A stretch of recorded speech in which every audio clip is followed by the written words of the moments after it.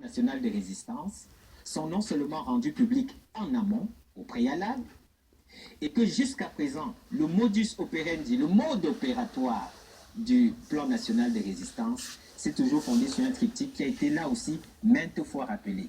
Constitutionnalité, légalité, pacifisme, c'est-à-dire des actes non violents qui recourent sur l'exercice ou de droits constitutionnels ou de droits garantis par la loi et les règlements. C'est la liberté du citoyen.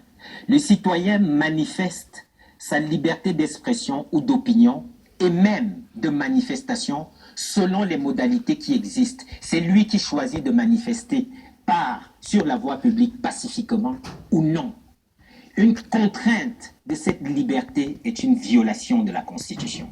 Et c'est pour cela qu'il faut en appeler à l'attention de tout le monde, parce que des motifs aussi fallacieux sur des éléments flagrants en termes de pacifisme, de légalité ou de constitutionnalité concernant les marches blanches, des chefs d'accusation d'une nature aussi grossière et scandaleuse, honnêtement, à la limite, on a envie de dire que le régime illégitime de Yaoundé, dont le docteur Fauchivé ignore probablement que le résultat de l'élection sur lequel il se fonde pour brandir la présidence a été dit, est un résultat truqué et prouvé devant le Conseil constitutionnel, ignore aussi que le premier recours qui a été introduit devant le Conseil constitutionnel portait sur la récusation pour éviter précisément que la décision du Conseil soit frappée de suspicion légitime. Ça a fait bien sûr sur les éléments qui sont ceux sur lesquels nous débattons aujourd'hui. On ne débat plus de l'après-présidentielle, on débat essentiellement de la manifestation du 26 janvier dernier. Merci, on va revenir vers vous pour boucler cette partie du débat, si vous le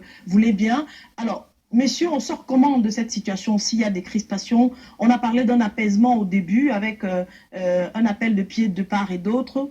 Je commence par vous, Edouard Fauchivé. Je suppose que vous avez des choses à dire à la suite de cela.